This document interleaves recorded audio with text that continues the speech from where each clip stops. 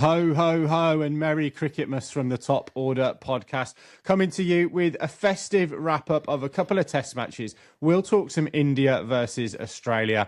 We'll also talk England, New Zealand. It feels a bit weird to be talking about the retirement of a premier off-spinner without our premier off-spinner in the room, but we'll also talk Ravichandran Ashwin's retirement. All coming up on the Top Order podcast. Stay tuned. Well, boys, Merry Christmas and festive greetings from afar. We're recording this on, I think, Wednesday, the 18th of December or thereabouts. So just, 6 chocolates left in the Advent calendar. Bottles of red wine being delivered to our houses to mull with various spices, etc. Other Christmas drinks, of course, are available. But we're here to talk about cricket, aren't we, for...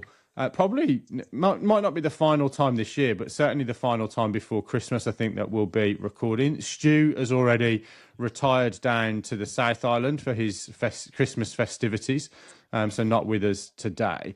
We're going to start, I think, boys, in, I don't know how to say this, reverse chronological order or something like that. The test match has just finished, hasn't it? At the Gabba. Yeah, the Gabba.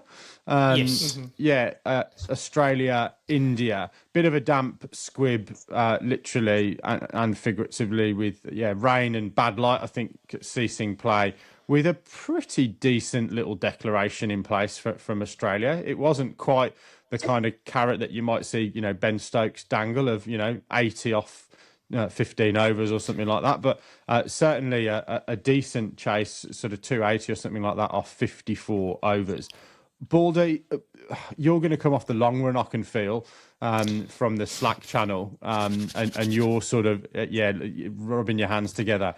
I guess your thoughts, firstly, from an Australian perspective about this test match? Well, how many cliches do you want me to try and get into the first opening stanza of this podcast?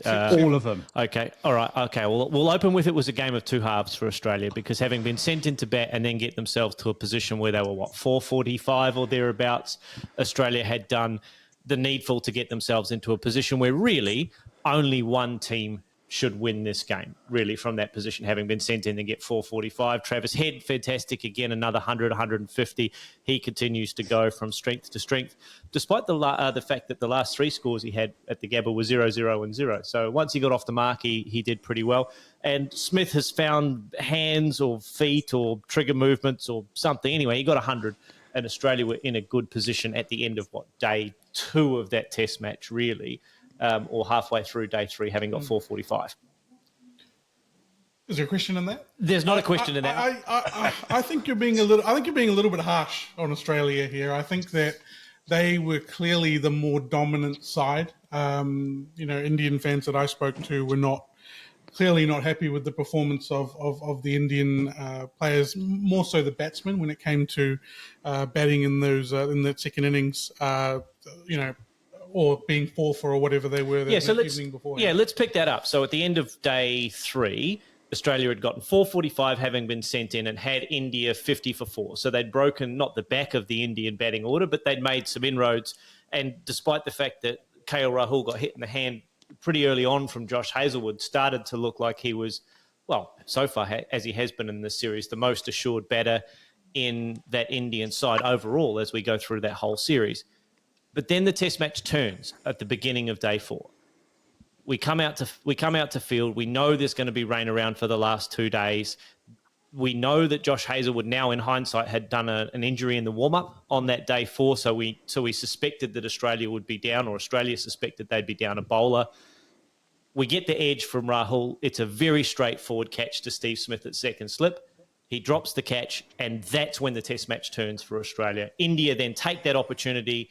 They get themselves out of jail from what should have been 51 for 5 and realistically 120 to 140 all out and 300 behind. They take advantage of that. Jadeja gets runs. Rahul goes on and gets another 50, gets to 80. And then their lower order did tremendously well to avoid the follow-on with that last wicket partnership of 46, 47. And that's test match over for Australia as far as winning the test match is concerned. So you're right, Adam. I was prepared to come off the long run and have a go at Australia for getting themselves in a terrific position once again to win the Test match, having India 4 or 5 down, and even 5 for 70 should have rammed home the advantage and had India all out 160, 170, 180 maximum.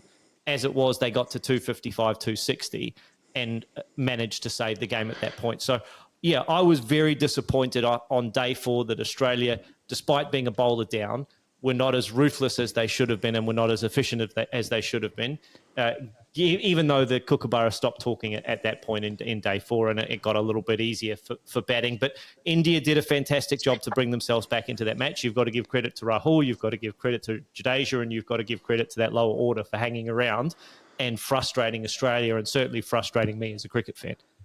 Yeah, Michael, look, I guess you and I are relatively similar in that it's either rocks or diamonds. You know, it's never that you find something that you might be able to, you might be able to mine and sell for a reasonable price. It's going to be that sort of doom and gloom. I've got to side, I think, a little bit with Raj. I think when you get 450 and then you bowl the opposition out for 260, there was rain around. Who knows what would have happened if we hadn't have had those delays in the game. No pun intended. No, a pun completely intended. In India do bat pretty deep, and obviously I think real lower order runs kind of make that scorecard look a little bit better. But I think given the form worries that you've had over some of your premier batters, Marnus and Steve Smith particularly, have now both got runs in this series. I'm really interested to get Jamie and Raj's view. I saw an interview with Steve Smith after his 100, and he basically says he bats with a different technique depending on the game that he's playing. And in this game, he moved to a double trigger movement. And I just found that astounding that you would have anything that drastically different going into a Test match. There's versatility and there's the ability to play the conditions, and then there's completely changing your technique. So I think in the other sporting cliche of taking the positives away, I think Australia's batting has fired at least in that first innings. Some runs from Alex Carey as well. And then yes, you've significantly put India under pressure, and we often talk about drop catches as pivotal. There's no doubt that was a pivotal one, but I still think you were in the pound seats through the vast majority of the game. But definitely keen to get Raj and Jamie's thoughts on Smudger, and any riposte from you, of course, Michael, as well. Do you want me to take Jamie? Yeah. You go ahead, Jamie. I mean, fascinating, really, because kind of, unless that is the thing that he's done throughout all of his career, that would be kind of an odd thing to now start to develop and do. As soon as somebody says to me double trigger movements, I just my brain gets relatively scrambled. I'm not even sure I know what that is. And two trigger movements, Jamie. Well, yeah, I know that, but as somebody's coming in at you, pretty rapidly, like where's your thought process? You want to be thinking about watching the ball clearly, and if this isn't something that's well ingrained, then the likelihood is my mind's going to be distracted on, have I made it right? 2 trigger movements, okay, whatever that is, I've got to do that. So that's what I'm saying. Unless he's done that from forever, it's kind of a weird thing to now start to bring into your game. And it sounds a little bit like maybe he's searching, maybe he's trying to explore something, perhaps. Because, for as long as I've seen him play, it's always looked pretty consistent, kind of what he does. He would have his quirks and his idiosyncrasies, but generally there's a consistency to how he would line up, how he would take guard. It feels slightly strange. It kind of psychologically goes against all the ideas that we would have, that you want to be free from conscious thought when you're in a fast ball sport, particularly. Like it's that old adage, you kind of go what you've practiced with. If you use the golf analogy, if you're hitting a fade on the golf range that morning of the Open, you play with a fade on the golf course. You don't try and tinker it mid-game, mid-round. You sort of work with that. And equally, if you're playing a certain way in the nets on the morning of a Test match, probably don't go asking too many questions. Just kind of work with that. I get how you would want to change your tactics. You might want to be more offensive or more defensive, or you might have certain scoring areas based on bowlers that you're up against, but to bring something as quite revolutionary as that in terms of your technique, I don't know, just I'm not sure it'd be something I'd be encouraging unless it's, there's been a period of real practice and integration of that. But yeah, interested to get the other people's thoughts on that. So if I zoom out a little bit here and I look at this series, I refuse to believe that India are not a good side. People are trying to tell me that India are not a good side and they're being dominated by Australia. But I had these numbers which I've just put in front of you here. I like them. They're quite shocking. I like them. That I found on Twitter, so they must be real. It basically outlines that Travis Head has scored 392 runs. I assume this would have been before this batting today. Travis Head scored 392 runs, while Khawaja, McSweeney, Labuschagne, Smith, and Marsh combined have scored 391 runs. That shows to me that, through these three tests, definitely the last two, Australia's batting has been propped up by essentially one man. Obviously, there was some contributions in the first innings of this game, but that doesn't show consistency to me at all. I'm still waiting for, that Australian collapse to happen because we know that they've got that in them. Well, they were 30 for 5 today. Yes, they did have a collapse today, but it's a different situation. But my point is, everyone's trying to say that India's actually on the way out, or they're turning a corner, or they're in a transition, or their mindset's not right. I don't know what it is, but I refuse to believe that they're actually not a good team and not able to win this series 3-1 from here. I think India would take a tremendous amount of positive, if we talk about using Adam's cliche. India would take a tremendous amount of positive from days 4 and 5 of this test match. Having got themselves so far behind in the game, they managed to claw their way back into a situation where, okay, they weren't likely to win it, but it was possible to win it. And then they exerted enough pressure on Australia that Australia felt that they had to offer a declaration to try and win the game. So India got themselves back into this test match bit by bit over the course of the day. And, look, India rely a lot on Jasprit Bumrah with the ball. I don't think he gets a tremendous amount of help so far in this series. But, his team just are not quite there with him, The batters and the top 4 are not quite there with him consistently enough. And I think it's the same accusation that can be levelled at the top 4 of the Australian batters. Not there often enough to support Travis Head. We've had one bat from Marnus, we've had one bat from Steve Smith, and we've had a bat from Carey. And that is basically 1-1 almost by everyone's not quite nailed their position equally on both sides. And we've had one standout for Australia, we've had one standout for India.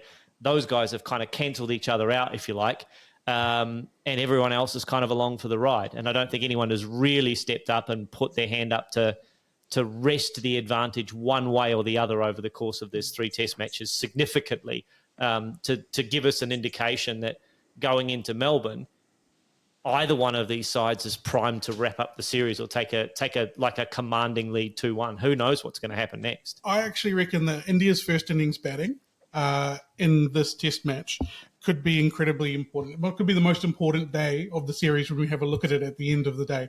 If they had fallen over, if they hadn't batted time towards the end there and sort of, allowed themselves to get past that follow-on target, we could be talking about a very different result right now. Yep. And thinking about that from a mental point of view or from, a strategic point of view, that's just going to springboard them going forward, I think.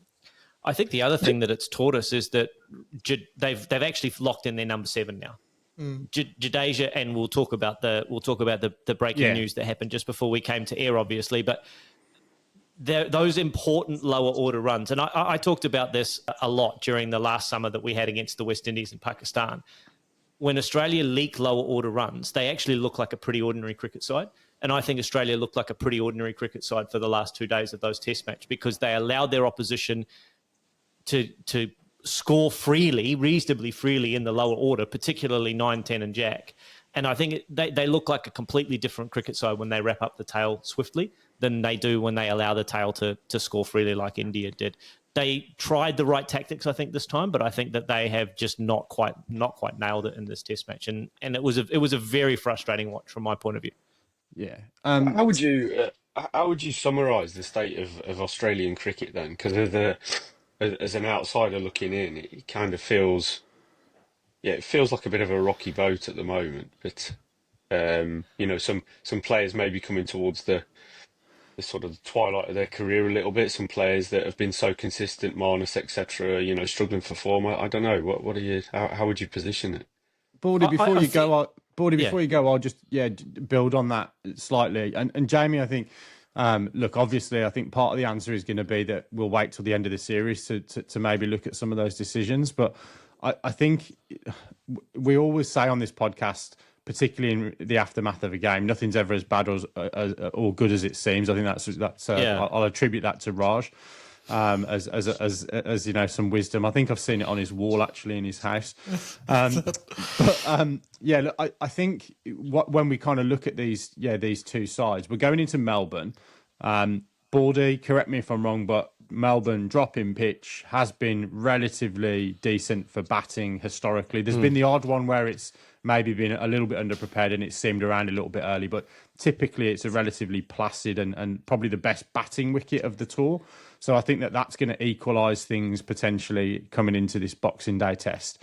But yeah, I guess I was going to ask a similar question around that kind of state of the game. I think the difference for me is India have got an announcement of a resignation. I was going to say a retirement today of Ravi Ashwin. But they've got three guys that can kind of come in and almost take that spot straight away. If Nathan Lyon went, you wouldn't be able to say the same about Australia. And the same, I guess, in terms of the Indian Test side. We've often talked about their strength in depth. So yeah, but Baldy, I don't know about you, but I think that's the biggest worry, isn't it? You've got a scenario where you could have 4 or 5 guys that are all over 35 going at exactly the same time. And, nobody is really battering down that door in terms of, particularly batting options, right? Yep. You think of McSweeney, square peg, round hole at the top of the order. I think Australia have got a bigger problem longer term than India. But yeah, I think in this series, I still think it's pretty evenly matched given the home advantage for Australia with 2 tests to go and the series locked at 1 each.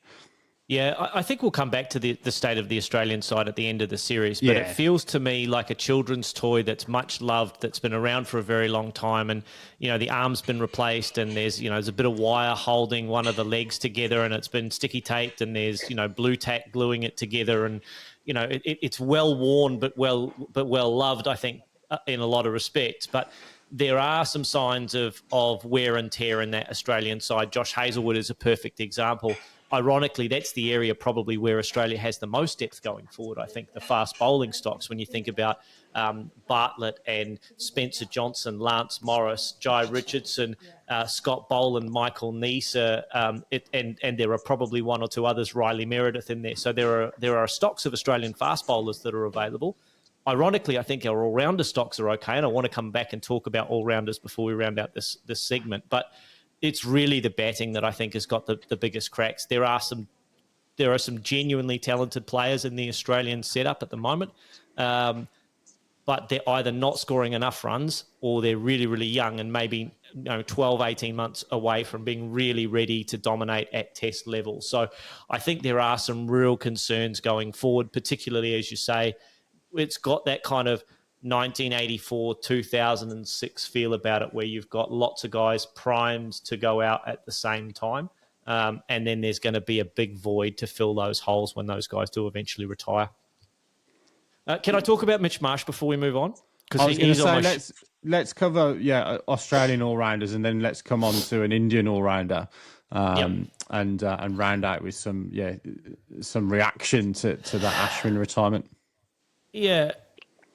Mitchell Marsh on my shit list this week. And that's probably going to sound unfair because he came to New Zealand sort of this time last year and scored a very important set of runs. But if he's going to be the all-rounder, he has to bowl. He has to bowl more than 12 overs. I had to look back at his stats today. The last time he bowled more than 12 overs in the innings of a test match was 2019 in England. He bowled 18 overs and took 5 wickets in the test. I think it was at the Oval. So he's got to be able to contribute more with the ball if he's going to be the all-rounder batting at number 6, or he has to average 40 plus with the bat, and he's not doing either of those things at the moment. He's averaging 29 with the bat now across his Test career. He's averaging 39 with the ball, so he's minus 10. So he's not even breaking even as an all-rounder in the team. I know he's devastating. I know that there is a tremendous amount of potential for him to be a game winner, but he has to contribute more for Australia with bat and ball if we are going to be the genuine World Test Championship contenders that Australia like to think that they are at this point. Yeah, he's got to stand up in Melbourne and Sydney, I think, because I think Bo Webster's going to put pressure on him. I think Cameron Green's going to put pressure on him. He is, in the view of the selectors, one of the best six batters in the country. I think we're starting to find out that if you're going to be one of the best six batters in the country, you have to contribute on a regular basis to making big scores for Australia, and he is not doing that at the moment. So despite his catching, he is on my shit list at the moment. But do you think that he's actually, he's playing as an all-rounder, but future-wise, they're probably thinking of him as a batsman and Cameron Green or a Will Sutherland or someone being a all-rounder in the future? Well, I would say to that, if he's going to be a batter, he needs to average closer to 40 than 30. And I think if you have a look at his career, I think of the 8 calendar years that he has been a Test cricketer, he has averaged 22 or below with the bat in 5 out of those 8 years. He had a good year last year, averaged about 55. He had a good year, I think, against that England side in the 2018-19 Ashes, where I think he averaged 40 for that year. But you go and have a look at his Test batting averages across his career, his average is closer to 20 than it is to 30 in most of those years. So he's got to be a more regular contributor. Otherwise, we're going to see Aaron Hardy, we're going to see Will Sutherland, we're going to see Bo Webster becoming names that are more likely to feature for Australia going forward. There we go. Heard it here first. Mitch Marsh is Australia's Zach Crawley, averaging closer to 30 than 40. But yeah, a devastating match winner when conditions are fair for him. Let's talk a little bit about India. So we've not, I guess, really covered a massive amount from their performance in this game, which, yeah, I think is going to be overshadowed. And particularly if you look at social media this morning, already massively overshadowed by some big news. And it's always big news when it's a mid-series retirement, isn't it? Where someone says, that's it, I'm done.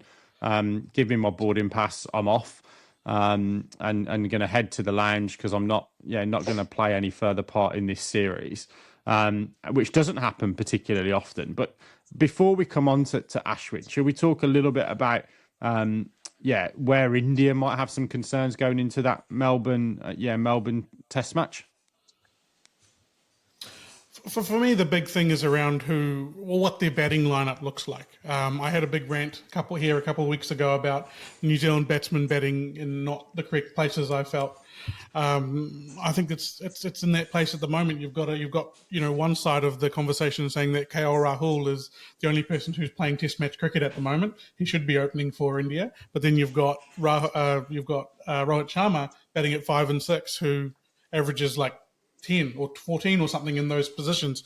It's very, very strange to me. I don't understand why they are, changing tact on that when it's been something that they've been pretty solid with over the last 5-8 years. The problem is that the KL Rahul opening gambit is kind of working for them. It's the only thing in their batting lineup that is actually working on a reasonably consistent basis. And even when their opening partnership doesn't come off, you can kind of see it. There's a little bit of chemistry there. So I think India are loath to tinker with that. But by the same token, there are a lot of Rohit fans out there that want him to open the batting because they want India to be off to a flyer and put pressure on Stark and Hazelwood or Stark and Cummins or whoever and be 60 off 10 overs. But yeah, again, it comes down to, are the top 4 actually contributing and building big scores to allow Punt and to allow Rohit in particular to come in and put icing on the cake. Australia have been able to do that twice. India have been able to do it once. And India won one of those tests. Australia won the other one. So both sides in their top 4, I think, are where the real big issues are. And there's a lot of people talking about Shubman Gill and whether or not he should have a place in the test side at the moment. I think that's premature. What do you guys reckon? Yeah, Jamie, I'll come to you in a second. My very, very quick 2 cents is I think it's strange that Rohit, if he's made that decision to move down the order at this stage in his career and as captain, I find it odd. I look at that scorecard and I just can't quite figure it out. The way that Test cricket is being played everywhere else around the world at the moment, and this isn't just now, England. This is every nation are trying to really put pressure on new ball pairings with pyrotechnics at the top of the order, and Rohit Sharma's the best guy to do that with Jaiswal. And then you've got someone with KL Rahul's craft to bat at 5 or 6. And we know how strong that Indian engine room can be, where you've got Pant and you've got Jadeja and you've got Ashwin and you've got others that, really could probably bat 6, but, one of them's got to bat 7 and sometimes one of them's got to bat 8. It's, you wouldn't want to be staring down the barrel of that as a bowling team. So I find that very, very odd. And then I think, you made the other point on where they've got some concerns, which is someone to really support Jasprit Bumrah, because if he pings a hamstring on the morning in Melbourne, that's going to be a problem. Someone's going to have to stand up in that seam attack to really provide what they need from a new ball perspective. Yeah, my 2 cents worth is that I do often wonder whether they kind of know what their sort of best approach is. They've got so many riches, and obviously they've got some fixed positions, but I think it's kind of like, actually, do people want to step up into that top order, or do you want to move yourself down when you're a bit more comfortable? It feels like it's, I don't know, it doesn't always feel like it's that they're maximising their talent to the best of their ability. I don't know. I'm not sure if that makes sense, but it's kind of like, do they actually know what their best batting lineup is, and actually the approach they're trying to take? Are they trying to be conservative with the new ball against the new ball, or do they want to, be 60 off 10? It's kind of like, feels like a transit. What style of cricket do we want to play? What brand do we want to play? And you're right. It feels like they've got 4 or 5 different B+ lineups. India, you know what I mean? They could bet KL Rahul at 3 and then slot Shubman Gill down in at 5 and Pant in at 6. They could bet Rohit at the top and then slot everyone else down 1. They could slot KL Rahul in at 6. I think he's probably wasted there a little bit, unless he's facing the second new ball. But, they've got so many B+ batting lineups at the moment. I think the fact is they've just got to get more out of the guys that are in their top 4, and they've got to stand up and be counted a little bit better. But you're right. I think they don't really know what their best batting lineup is, because unlike Australia, India have got 6 or 7 different permutations that could all conceivably work for them, whereas Australia have got the other problem. They've got 6 guys who they think are good batters, but can't quite figure out the right B+ order for them to go in, or even an A- batting order for them to go in at the moment. Righty-ho, boys. Let's cover off Ravi Ashwin. Obviously, breaking news: his retirement coming after this Test match, in which he wasn't playing. Let's add as well. So I think we'll, I'm sure, cover this in a bit more detail as we get some more aftermath from this, and I know Stu will be keen to have his view as well. I've not had massive amount of time to digest this. I just think the timing of it is pretty strange. You would normally expect in this kind of scenario for a player to stay with the side until the end of the tour, fly home, and then disappear off into the sunset. So that's the bit that doesn't quite smell right for me. But keen to get your initial views on this announcement at the conclusion of this Gabba Test match. Yeah, feels weird. In the sense that, maybe he knows he's been told he's not going to play in the next 2 tests, which I guess with the New Year test at Sydney typically being a turning pitch seems weird, but it seems a strange decision in that sense. He's obviously been given information that perhaps he's not in the plans, which is odd, given his stats. I guess he would be probably one of the world. I had a question, is he a great? I think we can discuss that at the end of the series, perhaps in more detail. But, you look at his stats, 537 wickets at 24 and 106, and not even talking about his batting. I think it's pretty decent, only behind Anil Kumble in terms of number of wickets. I think Kumble 619 or something in a Test career. So, yeah, pretty special talent, but weird time to probably have a departure, unless, like I'm saying, he's kind of been given the nod that he's not in the plans for the remainder. But I find that slightly strange. Just sort of picking up on those numbers, they're just incredible, aren't they? And this is not the first time he's sort of been left out. I know in their last sort of English tour, or one of the England tours they went on recently, he was obviously the man left out in that series as well. I find that quite incredible. It's like you said, his numbers with the ball. We talked about it in the last Australian series, how he completely outbowled Nathan Lyon for the majority of it, and his batting, he just has saved India in so many situations. Not the least in against Bangladesh, where they were looking like they were going to stumble on a banana peel there earlier this year. So look, it's sad, but I think it is a sign or a signal of that team sort of recycling a little bit. And he did mention in the press conference, I'm not sure if you saw that, he talked about being one of the only OGs left in the changing room. So I guess it is sort of Father Time always wins. It was a nice comment, actually. I really enjoyed that comment from him. And I think the really interesting thing is not so much that it's a vote of no confidence in Ravichandran Ashwin, but it's a huge vote of confidence in the skill set of Washington Sundar, because you would think that if they go to Sydney and they're going to pick two spinners, they've effectively signalled that it was going to be Washington Sundar and Ravi Jadeja as opposed to Ravichandran Ashwin. I'm still shocked that he's not the first bowler on that team sheet other than Bumrah, because if you ask the Australians who would you least like to face in that Indian touring party, I think if you had a quiet moment with them in a beer in a pub somewhere and no one else can hear you, and then there were no recorders on, I think they'd probably all admit to you that it's Ashwin that they probably least want to face. I think, particularly the left-handers, Khawaja and Head and Carey and co. So yeah, but look, I think at the end of the series, I think is a good opportunity for us to celebrate properly the end of what has been a pretty unique career, right? In that he's got, 6 Test hundreds, 500 Test wickets. He's in a pretty elite club of like 11 or 12 blokes that have 3,000 Test runs and 300 Test wickets. He's got, a positive plus minus. I lamented Marsh's negative plus minus. He's got a positive plus minus, as Jadeja does. So a tremendous career. I'm actually quite sad, having sat through the David Warner retirement merry-go-round and circus last year, and having experienced the Tim Southee lead up to his retirement this year, that actually this is probably a guy who is deserving of at least some fanfare or a home farewell or something to end his career on a positive note. But as it is, he was left out of the last test that he could have played in. He's retired mid-series with very, very little fanfare. So I hope there's some opportunity to celebrate what has been a terrific career for India. And, depending on who you talk to, one of the greatest, if not the greatest, finger spin bowler that has ever been produced by India. Yeah, absolutely. Thanks for ruining the segue into Tim Southee and the New Zealand retirement, and that being seamless for us to talk about New Zealand, England. But we're not going to segue anyway. We're going to re-segue.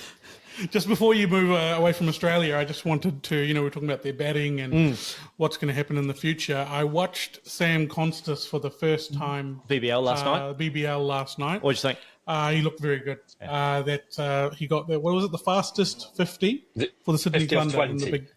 Yeah, was it 50 off 20? Yeah, 50 off 20 for the Sydney Thunder. He looks a class above. He's similar to that Will Pukovsky. These guys who just look like they're above that sort of domestic grade level. Yep. And he's so young. He's so young. I would rather see him sooner rather than later. Yeah, I think the only issue now is, do you expose him too soon and try him and discard him? I don't want to get too much into the McSweeney's versus Constance thing, but we'll cover it off at the end of the series. But the more we see of Sam Constas, I think the more people are more convinced more of the time that he is a future class talent and deserves an opportunity at some point. Brilliant. So guys, let's move on and talk some New Zealand England crickets. 3 Test match series finishing up at Seddon Park. Kane Williamson's home ground, Tim Southee's home ground as well. 2-1 in the series. I guess, I'm keen to get the New Zealand reaction to the series first, because I think from the Slack channel, I know I was pretty down with not being in a position to sort of really put the icing on the cake of the series. But I think in the cold hard light of day, with a day between recording and the series finishing. I think both Jamie and I had taken 2-1 in this series, given the rest of England's winter. But yeah, New Zealand, Raj, I know you expect to win every home series. That this would have been no different. Your thoughts from a Black Caps perspective first?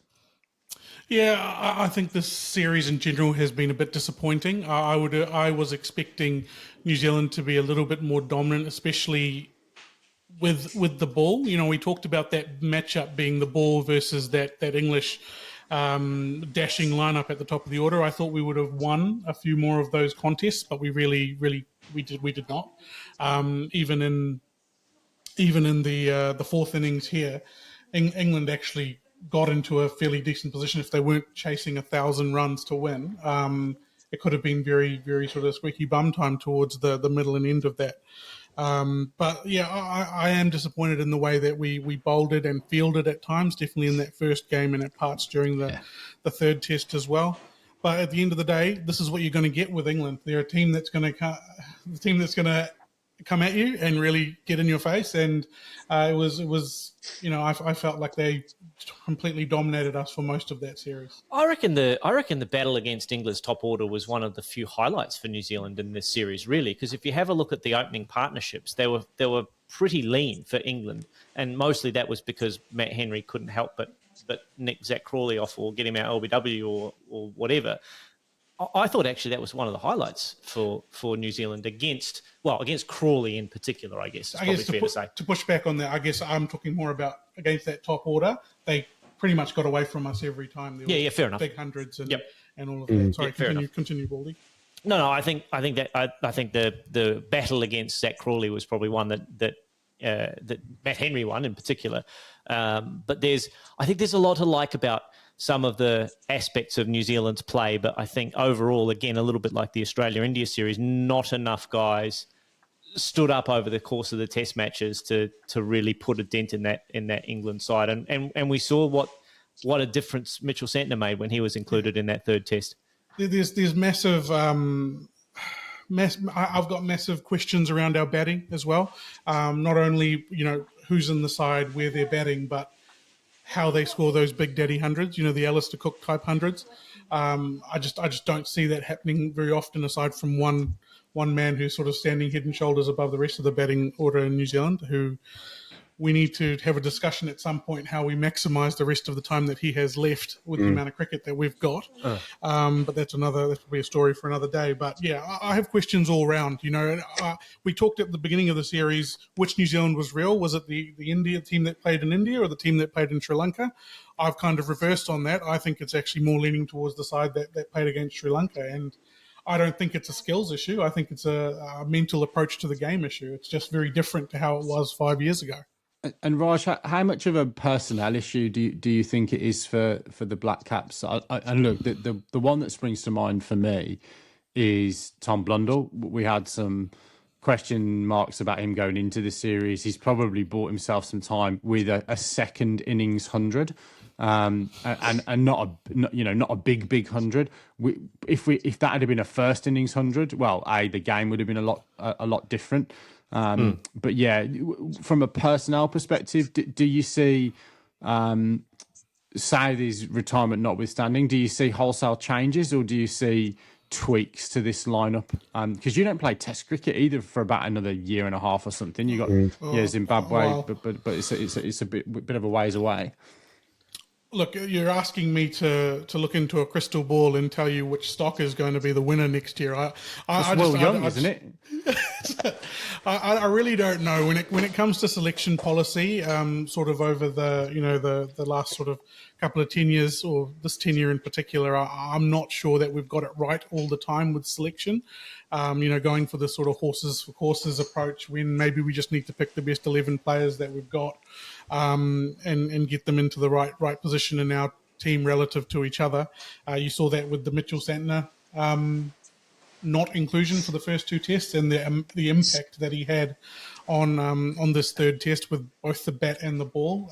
He fits perfectly into our lineup from the fact that he could take wickets from one end like he did in the first innings. He could hold up an end and then you've got his batting talent as well, where he looks like similar to some of the Monday night cricketers. I think he's been netting a little bit. He has been netting a on, lot. on the down low, not telling everybody, but he looked very good with the bat in this test as well, which is something that's an improvement from years gone past. But I don't know who they're going to pick going forward. Will Young, very hard to leave out right now, the way he's scoring runs. Who's going to come in and fill that sort of third seamer, fourth seamer, whatever sort of configuration they go with? These are all questions that are up in the air. I mean, we had Ashwin Southee, who was picked on the last tour to Australia, to India, as a replacement spinner or a backup spinner. He was doing commentary for this match, so that shows you where our sort of selection policy is. It's all over the shop at the moment, but I hope that wasn't too negative. I think you've got 2 out of your 4. In fact, if you ask me, you've got 3 out of your 4 bowling lineup locked in at the moment. Henry, Will O'Rourke, Mitchell Santner should play just about every test for New Zealand.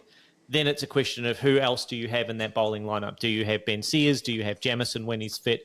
Do you try another combination of different personnel, Nathan Smith, whoever? You've got at least the core of a bowling attack, provided those 3 guys can stay fit.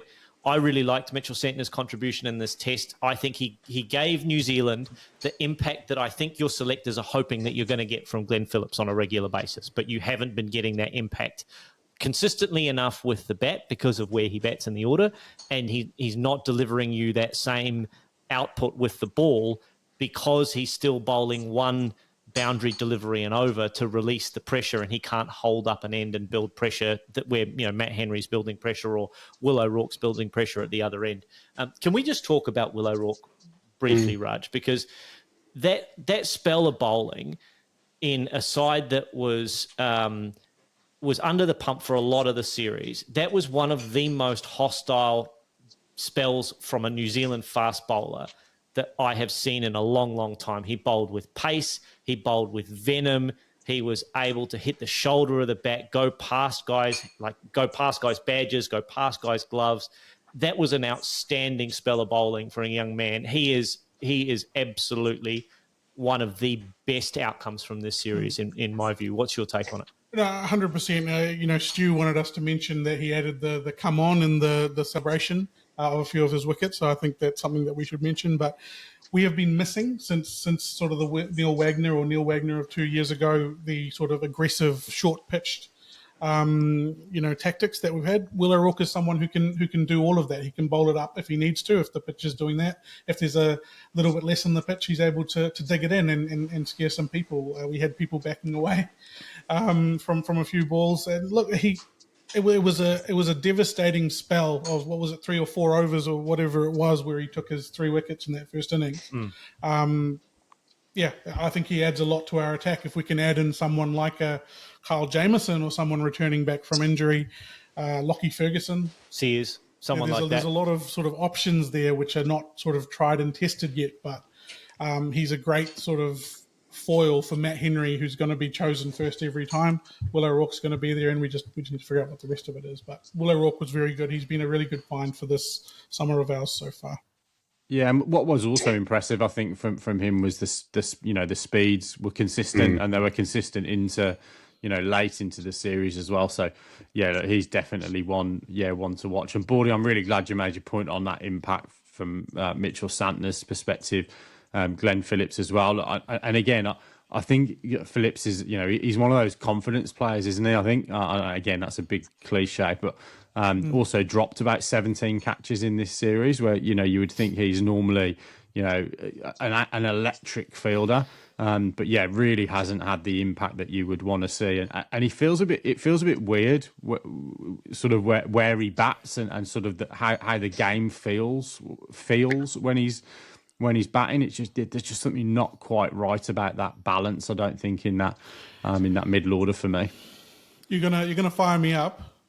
He made the New Zealand team originally as a wicketkeeper batsman, batting at 3 in the sort of white ball game, and now all of a sudden he's a spinning option that's batting at 7 in our Test team. It's very, very, very strange. Just before I throw to you, I think we should talk more about England and the strides that they made in this series. I just want to make a note on Kane Williamson. He just looks incredible with the bat at the moment. He's a good player. So much time.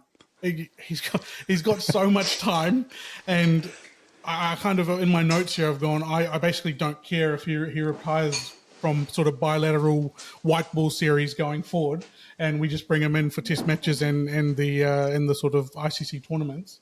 We have to get a good, decent 4 or 5 years out of him in the back end of his career here, and the way we do that is him not being injured, playing the sort of white ball stuff where he has been getting injured lately. 100% agree. I think you've got to really pick and choose where you want Kane Williamson to make an impact for you, because we've seen 3 out of the big 4. In fact, in the last 3 weeks, we've seen all 4 of the big 4 get hundreds. But I think it's probably fair to say that Joe Root and Kane Williamson at the moment are a cut above Smith and Coley in terms of their output and their performance, and just the way they look at the crease as they go into their mid-30s. You know, their techniques are holding up. The way they play the ball late, the way that they manipulate the field is holding up tremendously as they get into the back end of their careers.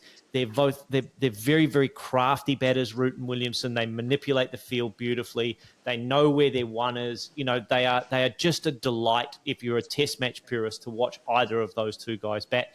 Yes, you'll see dominance from Coley. You'll see tremendous stroke play. You'll see flashes from Stephen Smith that don't come out of any of the manuals, but they're equally as effective at getting the ball to the boundary at times. But if you just love watching batting, you love watching Kane Williamson bat, you love watching Joe Root bat, and at the moment they are delivering for you in spades. And we've been treated this series to some really high quality batting for long periods from both of those guys. Fantastic. Shall we move on and talk a little bit about England? Raj, have you got any primers for Jamie and I? Anything you want to particularly hear? There's a couple of notes I've got here. I've got some strange tactics by England I felt in that 3rd innings with bowling the spin. I've read some comments online around this was around protecting fast bowlers and loads and things like that. It just seemed a strange tactic to bowl. I would have called bullshit on that. They can't be protecting fast bowlers' loads when Ben Stokes is bowling the number of overs that he's bowling. He bowled 37 overs in this test match. This was after he went off injured. It's too late by then. Too late by then. But so that's one thing I'd like to hear about. I'd also like to hear about your thoughts on Jacob Bethell and the absolute headache that makes puts in your team. How is Ollie Pope going to stay on this side unless England runs out of keepers? I don't know. I don't know how he's going to stay on the side, especially with that. There seems to be a sort of exclamation around the dismissal or mode of dismissal in the last innings there.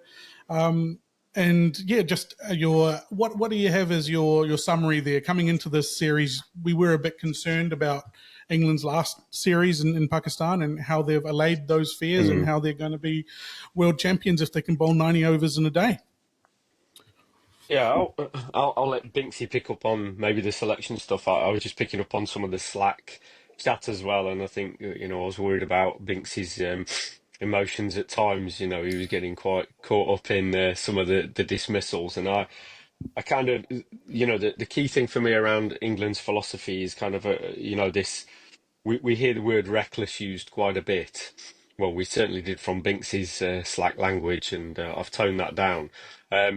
But this idea of reckless batting, reckless shot play, and I just kind of play devil's advocate with that and go, okay, if you're going to play risk and reward type cricket, and you're in the entertainment business, what defines kind of like reckless play? What is that? And this is probably a bigger question for us to perhaps discuss. So that was just something just to really just think about in that last test. I think for us was.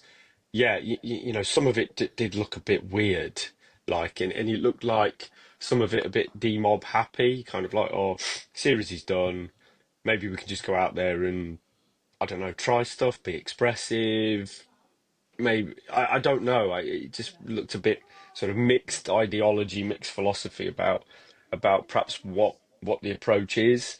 Binksy, you can come back to me on that if you want, but I think in terms of team selection, I mean, for me, Bethell has to play moving forward. But I think, it's created a massive headache, but he has to start. Where you put him in, I don't know, but he definitely has to be in there if you're looking ahead. In England now going to a massive white ball series like most nations do, or, series of white ball cricket. So again, you'd think that he would have a role in that, and then that kind of then maybe helps to cement where you might pick him in the red ball stuff. I don't know, but yeah, for me, he has to play. Over to you, Binksy. Yeah, my observations look relatively similar, Jamie, from a selection perspective. Bethell, yeah, look, I've made some really bold predictions and suggestions on this podcast. One being that Sam Curran would get more runs than Jack Callis in his Test career. I didn't quite say that, by the way.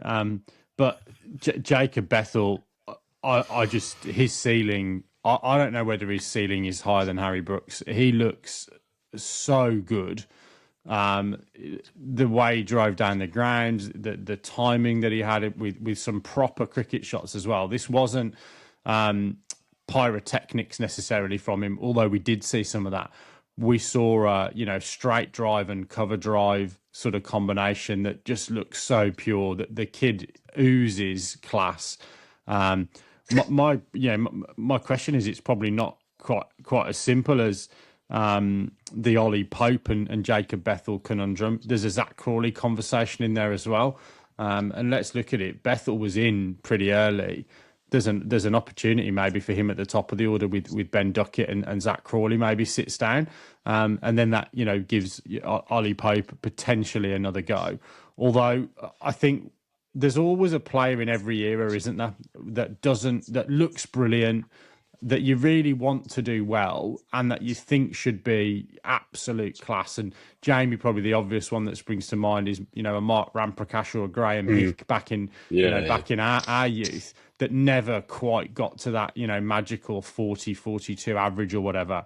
I just feel that maybe with Ollie Pope, he's had 50 odd Test matches. There's time to there might be a time to just say, do you know what, this isn't going to work out for you. And he might be one of those guys that you pick as your spare batter and your spare keeping option on a winter tour. But he may not feature in the England summer. The other things I just would point out from a series perspective, in hindsight, really pleased with the win. I think from a seam bowling perspective, Gus Atkinson has looked really, really good, and then Bryden Cast has actually looked really, really good as well through the course of this series. And then I think that probably the one that's gone a little bit under the radar has been Shoaib Bashir now. So we've not talked about him a massive amount. He's not had a huge impact on this series, but I think he's looked assured enough throughout the course of the series. 4 for in that first Test, a couple of wickets, and bowled a lot of overs, that he seems to have kind of bedded into that role. And I think that's been a really good selection, I think, for England over the course of the last 6 or 7 months. Because I think he's the guy that's most likely to add the right balance to that side come Australian pitches with his height, and he's often talked about release point and all that kind of jazz. So definitely, to extend the cliche, some positives to take from England. The recklessness, I think, when you look at one shot in isolation, I don't think that's going to do as much good anymore in trying to dissect Bazball. We are probably going to have a ramp per Test match that looks pretty woeful. I think the worry for me really is Zach Crawley at the top of the order. He's danced down the wicket and dragged one on. He's had a go at the umpire because he got given out LBW on a DRS that would have stayed with him if it had been given not out. And it has looked at a little bit at sea against the quality of Matt Henry throughout the course of this series. But overall, I'm pretty pleased with 2-1, particularly given the implosion in Pakistan and some question marks about our longevity of this approach as well. Yeah, I just pick. Oh, sorry, Baldy. Go ahead. Yeah, go on, mate. Go ahead, Jamie. No, go ahead, mate. Because I just want to have a look at that Bazball approach and how it's sort of panned out over the course of the year after you've had your question. Yeah. It was just a quick thing, really, on what Bixie was saying about Bashir, and I think it is great news that we don't really talk about him. It probably is indicative that he's fulfilled a role. I think when I've seen him play in this series, he's done a job. He's looked a threat when conditions have favoured. I think the point of release the height, the trajectory that he gets. I'm not going to say he's in Ashwin's caliber, but I think going back to Baldy's point about as a batter, would you want to face Ashwin? No, because he just gets stuck on the crease, I think, and like similar to Bashir, I think it's kind of like that. It sort of does people in the flight a little bit, because it is hard to pick up because he's probably coming down from, sort of 11 feet, the height of him. So it's pretty tricky to pick up. And there was a couple of times in the last innings of the third test where people were trying to, go forward and then go back and, were under edging it and nearly dragging on because they were looking to play off the back foot but weren't quite sure. So I think he does bring that, which is going to be huge, I think, in Australia in particular. But over to you, mate. Sorry. No, I think you're right. The less you're talking about Shoaib Bashir, the better job he's doing in an attack where Gus Atkinson, Bryden Cass, Potts, Stone are getting all of the plaudits, all of the limelight at the end of the series and during the series. I think, particularly in the first day of the first test, I thought he did a tremendous job, first day, first test, to pick up wickets in Hagley. There's all the talk of the ball doesn't spin in New Zealand. You don't get any value out of your spinner. Day one, Shoaib Bashir came in and took some key wickets, some really vitally important wickets in that test match. And he continues to go from strength to strength, and he's the kind of guy that you wouldn't want to face when you're in Australia. And I think his temperament is fantastic as a bowler. You can see that he's up for the challenge, he's up for the fight. The only criticism I had of England in this test series is that fourth innings in Seddon Park in Hamilton. For parts of it, England didn't look like they wanted to fight their way out of a bad position or a challenging position. They decided that they were going to hit their way out of a challenging position. Duckett's dismissal in particular with 1 over to go in the day just struck me as, not only do I not care what the outcome is, but I'm not prepared to battle for just even a little bit to get myself into the fifth day and give myself a chance, or the fourth day or whatever, to give myself a chance to go big. And I think that's what frustrates me sometimes when watching this England side, is you just know that when they're on and when they take their opportunities, they can get 800. And I'm 100% sure that Tom Latham didn't want to declare with 540 or 550 as a target in the fourth innings, because he had that 800 finger from Pakistan in his head.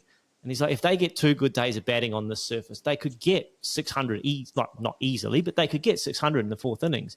So I would just like to see England fight a little bit harder in those occasions where it's not going their way. And they would go from a side that finishes the year 9 and 8 to a side that finishes the year 15 and 3. You know what I mean? That's the difference that I think the anti-Bazball folk are looking for. And the scary thing is that England have that other gear in them. And if they unlock that, then, we're going to be talking about this as one of the great sides, I think. But Bordy, I think, to be fair, like, I was one of those anti-Bazballers, and I've said I've come around over the course of last year, and I still get frustrated, when I look at some of those shots in isolation. But then when I look at it, they aren't. And maybe this is where there needs to be a challenge on this thinking. But for me, I've drunk enough of the Kool-Aid now to say they aren't going to chase down 650 by having a session where they consolidate or where they play for stumps. If they're going to chase down 650, they're going to do it with 2 new balls, and they're going to do it at 5 and over. They're not going to do it over 3 new balls at 3.5 and over with a consolidation. They are literally going to go the way that they've been, that they've been batting, and that's the way they're going to pull that off. And I think that's what they're saying to themselves, is that's the way that we're going to play. And at times it might look really, really ugly, like this fourth innings, or some of the dismissals. But I reckon they think over the course of a 2-year, 3-year cycle, there's going to be enough occasions where they pull off something unbelievable. And we saw them do that to an extent in that summer where it really sort of started against New Zealand, actually, and against India in England. And we're talking about 300s and 400s, not 600s there. But those were improbable, if not impossible, chases in the context of what Test cricket was then. And I think they think by playing this way, they can pull off the impossible in the context of Test cricket over the course of the couple of years. So that would be, I think, how they would look at it.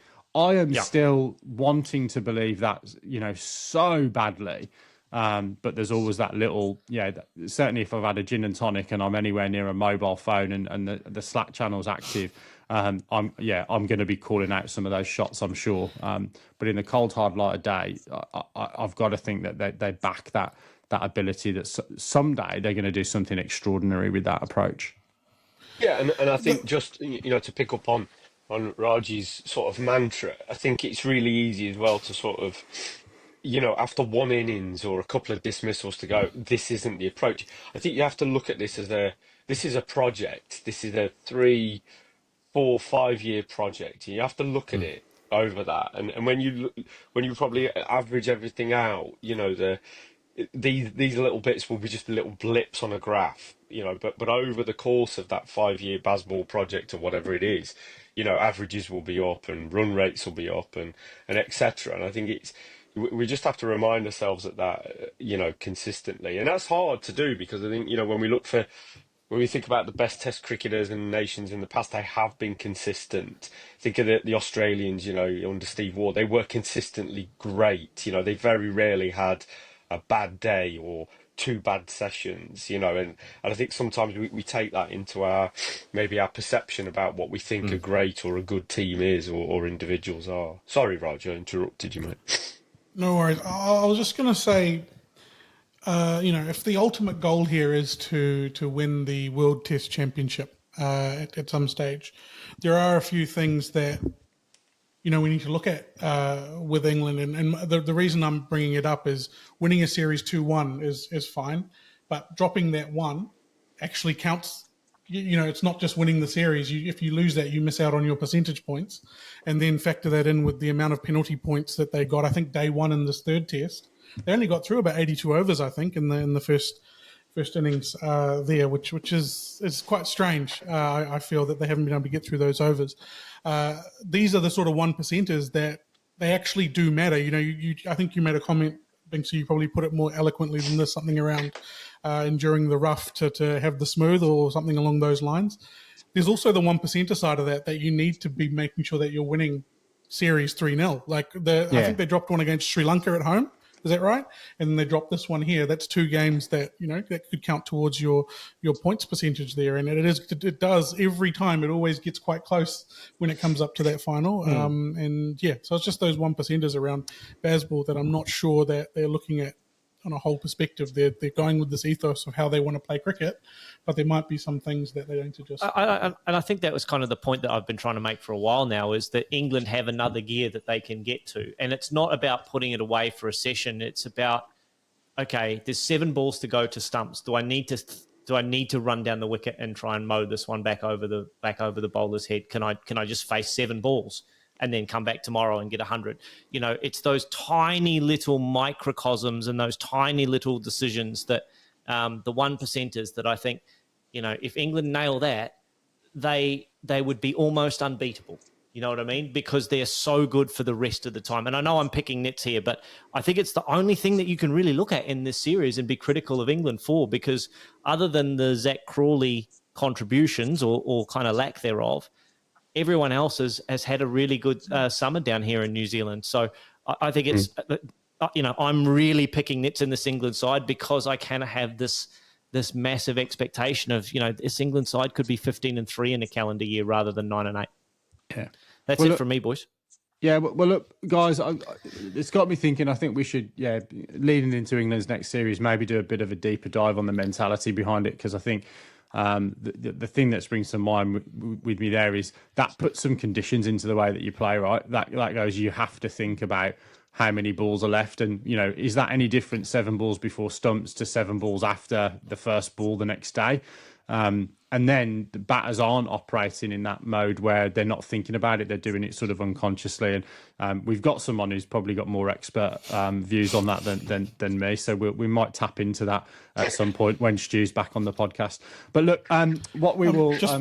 Go on. Just before you go, Binksy, this from the Jacob Bethell fan club for one I'm vice president. He's actually heading over to the Big Bash to play for the Melbourne Renegades. Is he? Awesome. So that is something to look out for. They are playing tomorrow night. If he can get over there in time, he could suit up for that. So that's something I'm really looking forward to. Excellent. Yeah. Right. Yet another subscription I might need to pay for in order to watch that, because I'm no doubt it'll be on a different channel to the rest of the cricket. That is probably just about all we've got time for on this episode of the Top Order podcast. As I mentioned, we will be back in your feeds over the Christmas period. Exactly when depends on just how much turkey we eat between the five of us and when we can all get in the same room over this festive season. But we will be back in your feeds, of course, with the traditional Boxing Day test not too far away. But we won't see you before Christmas, so we will wish you a very Merry Christmas from all of us here at Top Order Towers and the Rack and Opinion bar there in Manly in the North Shore of Auckland. But it is good night. Get closer to my real address, eh? Every time he gets closer to my real address. Is that where you are, Manly? Okay, fair enough. Something like that. Okay, it's near Sydney, isn't it? Yeah, we'll throw people off the scent. All right, it is good night and God bless from us here, though, on the Top Order podcast. We'll see you soon. Good night.